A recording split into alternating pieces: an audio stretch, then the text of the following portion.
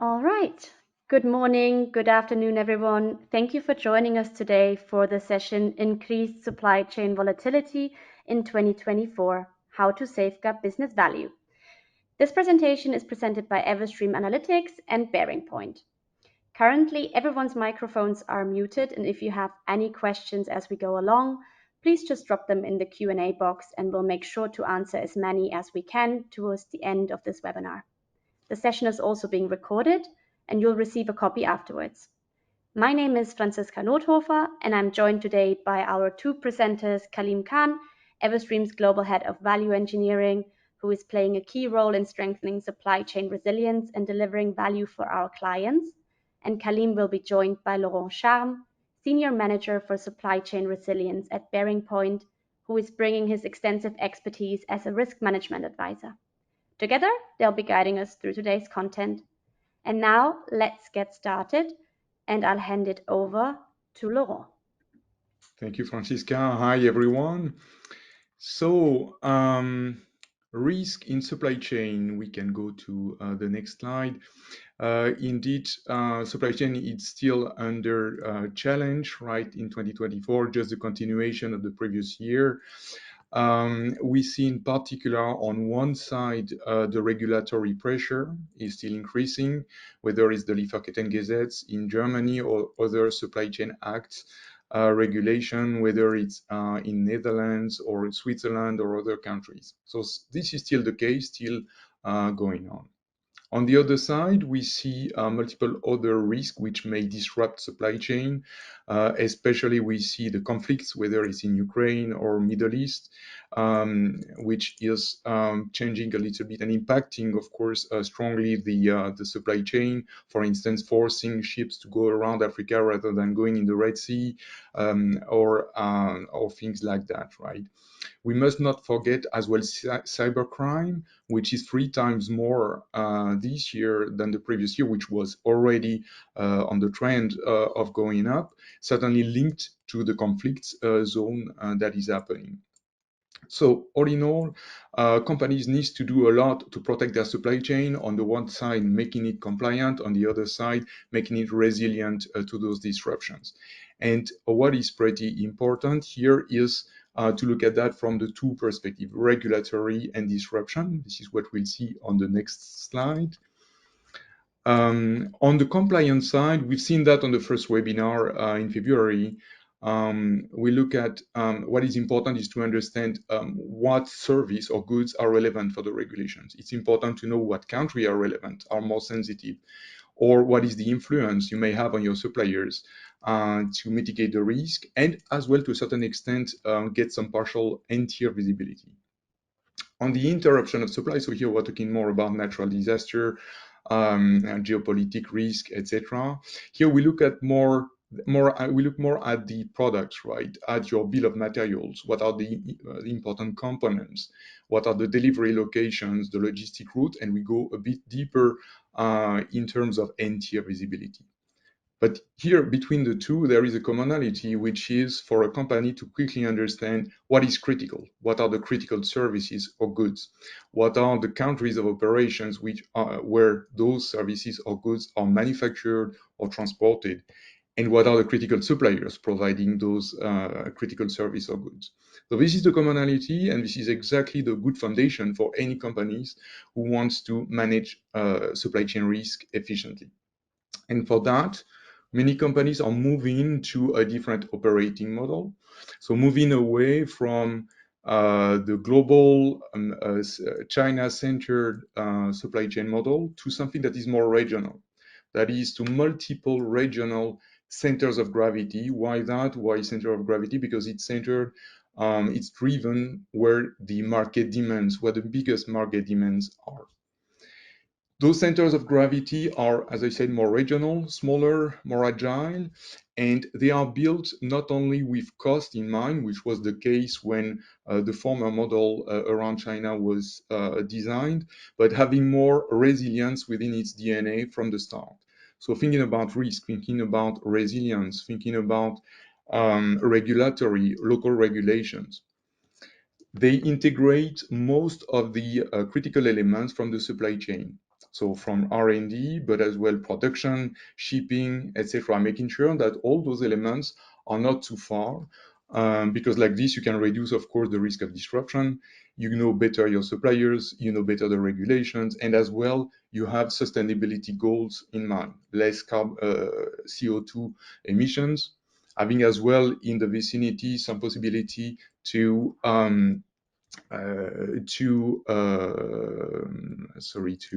for the circular economy, to reuse the products. Okay, so those centers of gravity. No, please, can we go back?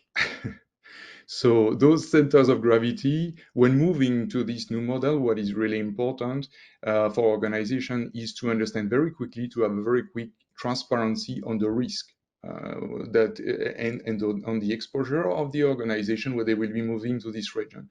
Understanding the local regulation, and understanding the local risk, natural disasters, for instance, and having a complete view. As well, getting the visibility on tier one will be necessary. On this, if you want to know more details, I strongly advise you to look at Bearing Point's white paper on the topic called "The Heart of Future Supply Chain." You will find the link in the chat box here. Whatever model you choose, or whether you are working on a model today on this future model, getting visibility beyond tier one is super important. Why that? Now we can go to the next slide. So this is an example. So if, for instance, you are in the electronic business, you have a plant producing your product, you have two suppliers, so you made your risk management good practice in exercise, and made a dual sourcing, so two suppliers provide your critical elements. You may think that you mitigate the risk, but those two suppliers may be supplied by exactly the same ones, which is common in the electronic industry, for instance. So as you can see on this screen, you have a tier two supplier that provides both tier one dual sourcing suppliers. And therefore, if this supplier goes down, your supplier will be, both suppliers will not be able to deliver. This is the case for very often. According to a McKinsey report, 51% of disruption occurs beyond tier two.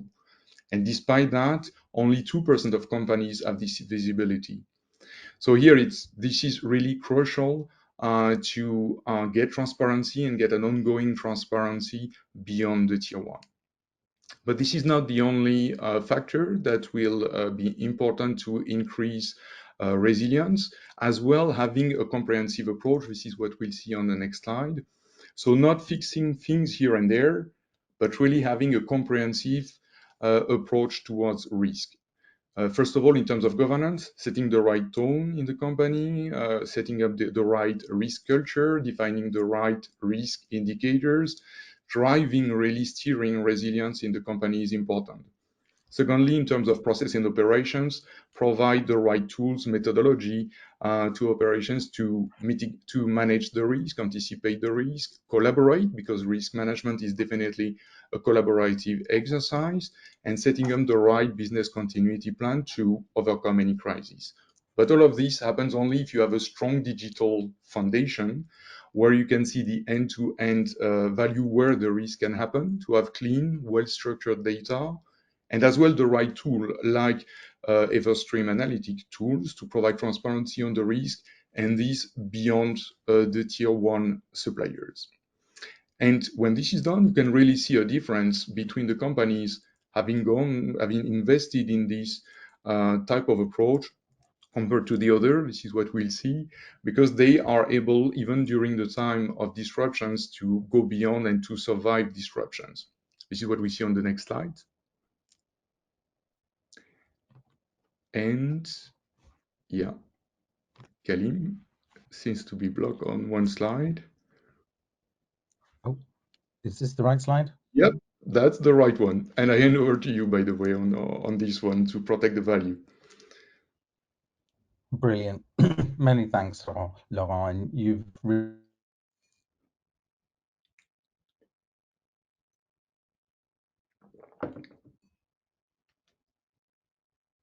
Did we lose Kalim? I think we kind of lost Kalim. Hi, Kalim, can you hear us? The chart you see on the left here is from Gartner, and I think it very well illustrates our mission from Everstream, which is really to minimize the impact of disruptions. You can never eliminate disruptions. Things will happen in the world. You can see on this chart here, there are two lines. There's a darker blue line that dips quite low when a disruption occurs, and then returns back to full steady state operation after a certain amount of time. And the orange line represents more resilient organizations. So they see the disruption, or the disruption happens at the same time, but they see it sooner, such that the dip in production or capability is lower. They recover faster and get back to full production sooner. And I think that that gray area is the business opportunity, is the cost of operating in volatile Kalim, supply chains, and minimizing that gray area is absolutely critical. Kalim, The McKinsey study. Sorry, can you hear me Kalim, okay? can you please share again the presentation because it seems we don't see it anymore.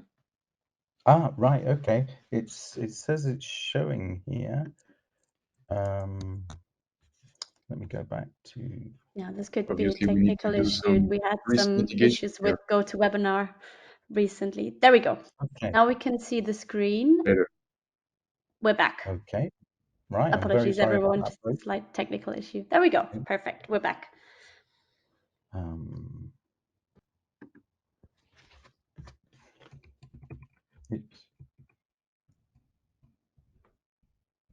Very sorry about that, folks. Um, okay, just a final point on this. The McKinsey piece on this slide demonstrated over a 10-year period, on average, companies are losing approximately, on average, 42% of 1 year's EBITDA.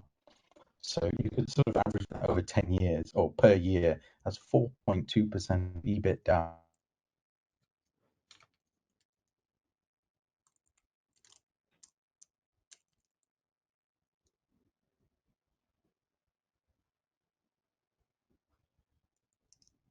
Kalim? Kalim, we don't hear you. Seems you have some connectivity issue. Misfortune. Um, these are all the different areas that we monitor as an organization that are absolutely critical to have the earliest possible visibility in your organization. So you can see here, they cover the whole plan, source, make, deliver. And I'm sure your organization is monitoring many of these. But it's sort of one of our core competencies is really to monitor all of these areas through multiple sources, paid and freely available, to give you the earliest possible view of what is going on in your supply chain. Um, our customers include many household names like Jaguar Land Rover, Siemens, and BAT. They've seen significant, real, measurable improvement in their organizations through using Everstream to build resilience into their supply chains. You can see here improved sales for Jaguar Land Rover, reduction in production stoppages for Siemens, and reducing manufacturing lead times, and improving on-time delivery significantly as well. So some great results companies can get by having that earlier, wider, deeper visibility into their supply chains. Okay, so um, how do you do that? Okay, so what we're going to do today is take a few minutes to look at a supply chain here. This is an automotive company. And you can see at the right hand side of this slide here that they produce three different models of cars that get shipped to 9 different locations in 8 different countries. And as we work backward in that supply chain, you can see the outbound lanes, the production plants, production warehouses, inbound shipment lanes, their tier one suppliers, and then right there at the very left hand side are all their sub-tier relationships. And you can see here 97 suppliers connected to 1,355 sub-tier suppliers. So it's a complex organization, and monitoring that is a real task in itself. And that's where we try to help our companies and customers to do that. So in order to do that, we're going to take a look at the Everstream platform right now. So let me minimize that. Ooh, how do I get rid of that? Can you see my screen okay? Yes, we can see your screen okay for the Brilliant, demo. brilliant. Okay, so this is that supply chain we just talked about mapped onto the world. Yeah, and this sort of screen is typical in our customer organizations in their supply chain control towers. They'll have a map like this showing real time what's going on in the world. And if we just look at this now, just visually, we can see that there are two significant red areas. I think most of us understand this one here, which is unfortunately the conflict in the Middle East being highlighted here. And one that just came up yesterday, in fact, in this supply chain network. This is the aftershocks in Taiwan. And you can see here 28 facilities impacted in total. And it is classified as a um, high priority area. So what we're going to do, as a supply chain head of supply chain risk, which is the role I'll be playing today, I'm waking up or getting to my desk and seeing this alert. And so what we need to do is understand a little bit more about it. Okay, so we'll go into our sort of incident panel within Everstream, and what we can see here right at the top of the list is multiple aftershocks in Taiwan. Okay, it receives an incident score of 17. It is classified as severe. We can also see here 7 facilities affected, 10 lanes, shipment lanes, and 2 final products are impacted as well. So this is definitely warranting our attention here to understand what's going on. So we want to go into that incident and understand a little bit more about it. Okay, so we can see here the facilities that are impacted here. They are in our network here. These are suppliers. So definitely we want to take early and precautionary actions to mitigate against this. So if we just look a little bit deeper into the incident itself, we're getting a description here explaining what's going on, what the magnitude was. But okay, now you know, which is already great. But I, as head of risk management for the supply chain, need to do something about this. Okay, and that would be really to create or instigate an action plan for this event. Okay, this incident. So what we'll do here is go in and create a new action plan. This is essential. So I will be the owner here. Okay, this plan will be, to do. And then I create that action plan. So, and then I need to choose which playbook I put in. And this is where you can really make a difference within your organization, because you can start standardizing and what actions people take, and also making sure that people take the best practices in those circumstances for that situation. Okay, so we're actually we have done our homework in my organization, and we actually have a supplier production stoppage playbook. I'm going to instigate this playbook. Okay, and what you can see here is a whole list of actions, which we'll sort of look a little bit more closely at. And so this is the supplier production stoppage playbook. And you can see here, trying to think of these actions or hoping that somebody knows what to do when something occurs or notify people, is leaving things to chance. Actually, there are two factors here that sort of help you in resilience. Is first of all understanding and identifying an incident early, and that's potentially an early being sort of in tier 2 or 3 or 4 of your supply chain, and then acting quickly, knowing what to do and when to do it and who should be doing what. And so you can then, as an organization, be prepared like we are here in terms of dealing with that particular incident. And then once that's underway, we then get into the job of managing those activities, making sure that things are running to plan, and if there are issues, how, focusing on how to address them instead of deciding what we should be doing or who should be doing what. Okay, I'm going to stop the demo here. It was a very, very high level view of the platform, but it sort of gives you a flavor of the sort of things we do and the capabilities that we have for our customers. This is a very, very deep platform with a lot of functionality and capability, and this just is a small taster into where we are and what we can do. So what we'll do is go back to our presentation. Let me do that here. Thank Oops. you, Kalim and Laurent. I appreciate the insightful presentation and diving into the demo today. And we have some questions that just came in from our attendees.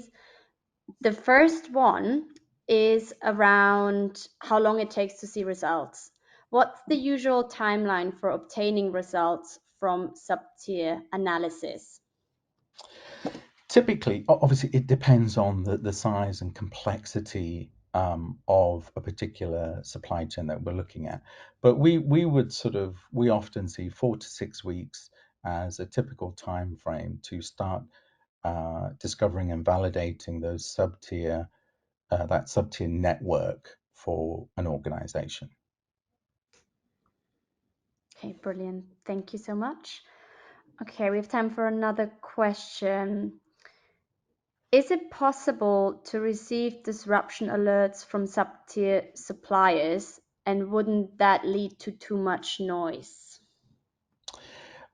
It's absolutely possible to understand and monitor your sub-tier, and we strongly recommend that our customers do so. But what we also do is we have we advise in terms of our customers' capability of sort of filtering and improving by industry. We've developed a set of industry specific filters to really improve the relevancy of alerts that you receive. So you're not getting bombarded with irrelevant or extraneous communications. Maybe to complement that, on top of the technology, this is where the right organization in terms of risk management is important. And if you have, for instance, a center of expertise who will go first, will be a first line to drill down in this and adjust those parameters as Kalim was mentioning, but as well filtering as well, seeing what is important and relaying that to the business is very important. So the organization part as well, the operating model, managing the tool is very important. Wonderful. Thank you both. We have one more question around value. So basically, how does visibility into sub-tier suppliers lead to cost reductions? And can you please provide an example? Sure. In terms of sub-tier visibility, this is really about seeing much earlier an incident and understanding and evaluating its potential impact on your organization. So, we could be talking, seeing something sort of 10, 12, maybe even 14, 21 days earlier than other organizations. Yeah. And that really makes a big, big difference. In terms of an example, we identified for a large consumer goods company, food manufacturing company. We did a sub-tier analysis for them, and very similar to what Laurent discussed, their sort of tapioca starch, which they were very confident was being sourced from two different suppliers, so they were secure on that. But what we found was at the fourth tier level, they were all coming from the same geographic region in Thailand, actually. And this was completely hidden from them and really left them very exposed to any sort of climate incidences that would happen. And so, in that instance, they were able to look at this situation and improve the resilience of their supply chain by sourcing from other regions, geographic regions, so they wouldn't be subject to climate impacts from that area. Thank you, Kalim. Okay, do we have any more questions from the audience? Let's have a look. We have another one coming through. How can you target the tier N impact in a complex supply chain? The tier N impact. Well, really, I think there's it's down to sort of your organization and how you evaluate risks in your supply chain network. So Everstream as a platform will look at your network and then apply 31 different risk categories and come up with a risk score. Okay, so having a score for all of your facilities and assets in your supply chain, right down to the nth tier. And then, secondly, evaluating those risks against material value. So, what is the potential revenue or cost implication associated with that particular supplier? Which products is it inputting into? What volumes, etc. And I think a combination of having up to date sort of risk scores plus sort of the material value Mhm. associated with those suppliers then gives you the right framework for evaluating the risk around an nth tier supplier. Okay, And perfect. And I to do to think, to add sorry. to that, sorry, the value I would supplement as well to it's always coming back to the criticality, right, of the suppliers, of the materials, of the locations, because some suppliers may not be so big or what they provide is not so big, but you may have as well a very strong partnership, or there may be partners for innovation, or they may be more critical to your business than the others. And by filtering these down and scoring these down properly on tier one and then cascading that for the different tiers, you can come up with a model as well, which will help you to evaluate this and say, well, across all the thousands of tier N suppliers that I have, which one are more important than the others, and quickly impact that on the tier one and clearly have a model where you can, yeah, better evaluate the impact on your own organization. Wonderful. Thank you both. I'm conscious of everyone's time, and we're slowly coming to the end of this session. If you have any additional questions about the content or would like to get in touch with our team directly, please reach out to info@everstream.ai, and we will also get back to you on any questions we couldn't answer in this session, and we'll send out the recording within the next day. Thank you to all of our attendees who joined today, and thank you to our amazing presenters, Kalim and Laurent. Have a great day. And with Was that, my we will close today's session. Thank was you. my Thank you very pleasure. much. Very Thank much. you. Enjoy the rest of the day. Bye bye.